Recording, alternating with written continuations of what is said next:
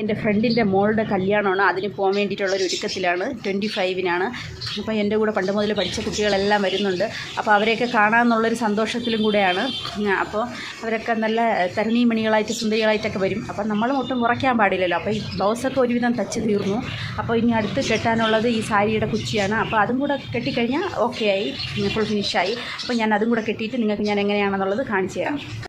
ഇതാ ഈ കാണുന്നതാണ് കുച്ചി കെട്ടാനുള്ള നൂല്. ഗോൾഡൻ കളറാണ്. അപ്പോൾ നമ്മുടെ സാരിക്ക് ഇഷ്ടമുള്ള കളറിനനുസരിച്ചുള്ള നൂല് കിട്ടും. പല പല കളറിൽ കിട്ടും. അപ്പോൾ ഇത് ഞാനിപ്പം ഗോൾഡൻ കളറിലാണ് എടുത്തിട്ടുള്ളത്. ഇതിനൊരു എക്സാം ബെഡിലോട്ട് നല്ലവണ്ണം നീളത്തിൽ ചുറ്റിയെടുക്കണം. ഒരു 50, 100, 150 അത് നിങ്ങൾക്ക് ഇഷ്ടമുള്ള പോലെ ചുറ്റിയെടുക്കാം. ചുറ്റിയെടുത്ത് ഒരു സൈഡ് കട്ട് ചെയ്യണം. ഒരു സൈഡ് കട്ട് ചെയ്തതിന് ശേഷം ഒരു ശകലം ഗം എടുത്ത് ഒട്ടിച്ച് വയ്ക്കുക.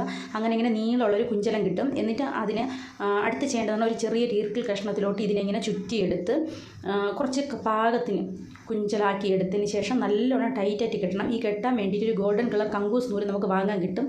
അതിട്ട് നല്ലോണം ഒന്ന് കറക്കി ചുറ്റി ലോക്ക് ഇട്ട് വയ്ക്കണം. ഇല്ലെങ്കിൽ കുറച്ച് കഴിയുമ്പോൾ അത് ഇളവി പോവും. അതുകൊണ്ടാണ് നല്ലോണം ലോക്ക് ഇടണം. ലോക്ക് ഇട്ടിട്ട് ഇങ്ങനെ കറക്റ്റ് ഒരേ കണക്കിന് വെട്ടിയെടുക്കണം. ഇങ്ങനെ വെട്ടിയെടുത്ത ഒരുപാട് പീസുകൾ എടുത്ത് പിന്നെ കുറച്ച് ഗോൾഡൻ കളർ മുത്തുകൾ നമുക്ക് പല വെറൈറ്റിയിൽ കിട്ടും.